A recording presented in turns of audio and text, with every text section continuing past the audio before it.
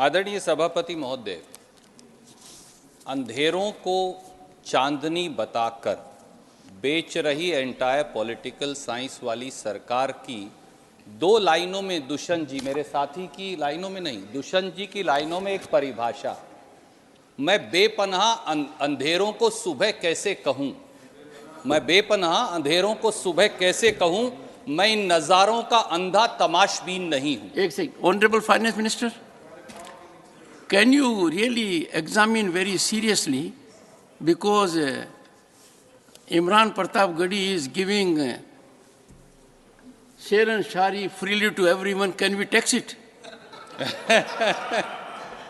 This is the sixth occasion during the day. So if the House agrees and if the spirit of the House is that, why not some more revenue? Go on, Pradeep, continue.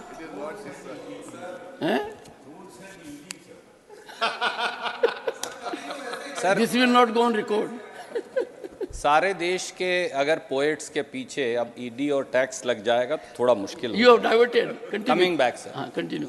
Sir, appropriation bill हो या budget, अगर आप इन्हें ध्यान से देखें तो ये मेहनत कशों के लिए नहीं, पेट और पीठ एक करके इस देश के अन्नदाता और खेत मजदूर उनके लिए नहीं, और ऐसा लगता है कि यहाँ ईमानदारी की रोटी कमाने और देश संवारने वाले लोगों के लिए भी कुछ नहीं। कई बार जब इसे ध्यान से देखें आदरणीय सभापति महोदय, तो ऐसा लगता है कि सरकार ने महात्मा गांधी के भारत से मुंह मोड़ लिया है। मैं अपने रिमार्क्स कोशिश करूंगा कि खेती, किसान, खेत मजदूर, गरीब, जो आपका भी विषय है, आपका फेवरेट विषय है क्योंकि आप भी उसी वर्ग से आते हैं, वहां तक सीमित रखूं। आदरणीय सभापति महोदय, तथ्य कभी झूठ नहीं बोलते और सत्य को आवरण की आवश्यकता नहीं होती। मैं याद दिलाना चाहूंगा, प्रधानमंत्री जी ने 2016 में बरेली की रैली में इस देश से ये वादा किया कि 2022 तक किसान की आमदनी दोगुनी करेंगे। आमदनी तो दुगनी हुई नहीं, दर्द 100 गुना जरूर हो गया। 15 अप्रैल, आदरणीय सभापति महोदय, 15 अप्रैल 2014 को आदरणीय प्रधानमंत्री जी ने हजारीबाग, झारखंड, भागलपुर, बिहार में जनसभाओं में फिर कहा कि किसान को भविष्य में लागत पर 50% मुनाफा देंगे, और उसकी परिभाषा भी उन्होंने परिभाषित की। उन्होंने कहा किसान की बीज की कीमत, डीजल की कीमत, बिजली की कीमत, मेहनत की कीमत, जमीन का किराया, और उस पर 50% मुनाफा देंगे। पर हुआ क्या?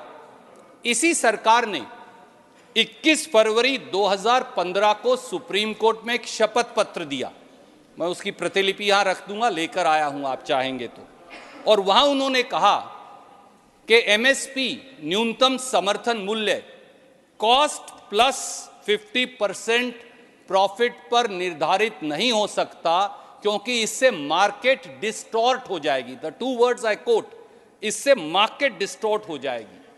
तो लागत पर 50% मुनाफा देने का किसान को वादा भी 15-15 लाख की तरह जुमला निकल गया।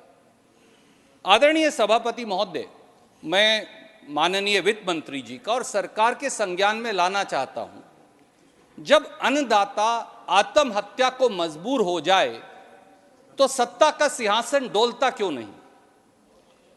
जब एनसीआरबी की report, national crimes record bureau की रिपोर्ट ये बताती हो कि पिछले 9 साल में 2014 से 2021 तक इस देश में 1,04,74 किसान और खेत मजदूर आत्महत्या को मजबूर हो गए। मैं एनसीआरबी की रिपोर्ट भी लाया हूं सर, ऑथेंटिकेट कर दूंगा। तो सरकार अपने मन के दरवाजे खोल किसान की पीड़ा की बात क्यों नहीं सुनती?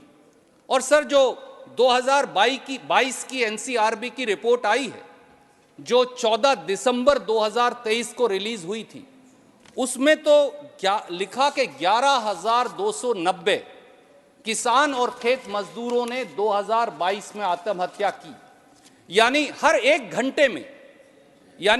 घंटे में एक किसान और खेत मजदूर हमारे देश में आत्महत्या को मजबूर है। तो ऐसे में सरकार का उस तरफ संज्ञान और ध्यान क्यों नहीं?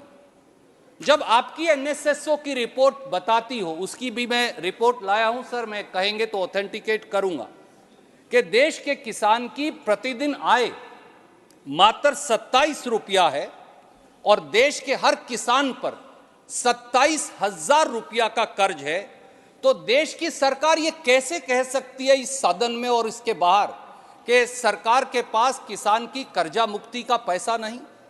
और वो भी तब जब सरकार बैंक डिफॉल्टरों का 19,34,000 करोड़ रुपया बट्टे खाते में डालती हो और 3,11,000 करोड़ रुपया इरादतन गबन करता है, वो डुबो देते हो। इसको भी ऑथेंटिकेट करेंगे सर बिल्कुल करूंगा मैं, इसीलिए मैं सर आज लेकर आऊं। मुझे मालूम है कि आदरणीय सभापति महोदय इतने विद्वान हैं कि नहीं तो मुझे कुछ कहने नहीं देंगे। You have invoked my indulgence. Yes. And I'm No, sure sir, you I don't place have it to invoke, all on the sir. table of the house. Sir हम सब आपकी इंटेलिजेंस के कायल हैं, इन्वोकेशन की जरूरत नहीं है।